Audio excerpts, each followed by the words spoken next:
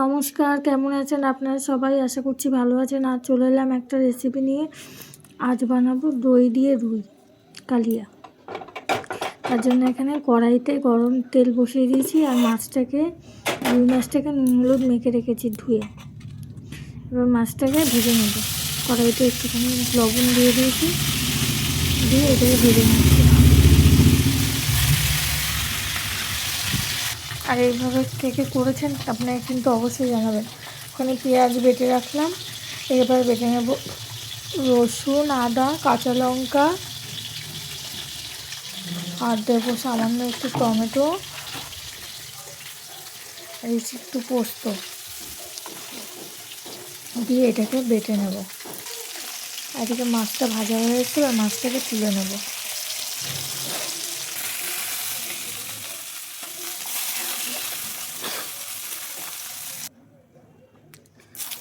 ওই তেলের উপর দিচ্ছি তেজপাতা ফোড়ন, দিচ্ছি জিরে ফোড়ন, দিয়ে পেঁয়াজটাকে আগে দিয়ে দিচ্ছি, কারণ পেঁয়াজটা যে কাঁচা গন্ধটা এটা যাতে চলে যায় তার জন্য পেঁয়াজটাকে আগে ভেজে নেব। পেঁয়াজটা ভাজা হয়ে এলে তারপরে দিয়ে দেবো বেটে রাখা মশলা। যে মশলাটা আর কি বেটে রাখলাম সেটাই দিচ্ছি, দিয়ে এটাকে একটু ভালো করে কষাবো। দেবো পরিমাণ মতো লবণ, হলুদ, লঙ্কার গুঁড়ো, জিরের গুঁড়ো, দিয়ে এটাকে সামান্য একটু জল দেবো, কারণ শুকিয়ে যাচ্ছে,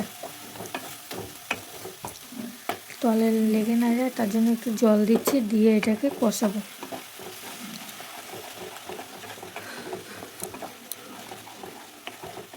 এবার দেবো খানিকটা টক দই।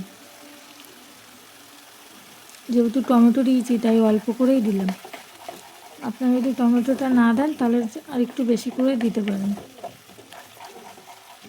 তা ভালো করে কষিয়ে দিচ্ছি, নেড়েছে, নাহলে দইটার দানা দানা বেঁধে যাবে, বুঝবে না, তার জন্য ভালো করে নেড়েছে। এবার দিয়ে দিচ্ছি জল পরিমাণ মতো। এটা কোনো আলু দিচ্ছি না, আলু ছাড়াই করছি, ভালো লাগবে খেতে। আর খানিকটা জল দিয়েছি, দিয়ে এবার দিচ্ছি ওপর থেকে টমেটো কুচি, দিয়ে একটু ঢাকা দিয়ে রাখবো যতক্ষণ না ফুটছে। ঝোলটা ফুটে এসে এবার দিয়ে দেবো মাছগুলো।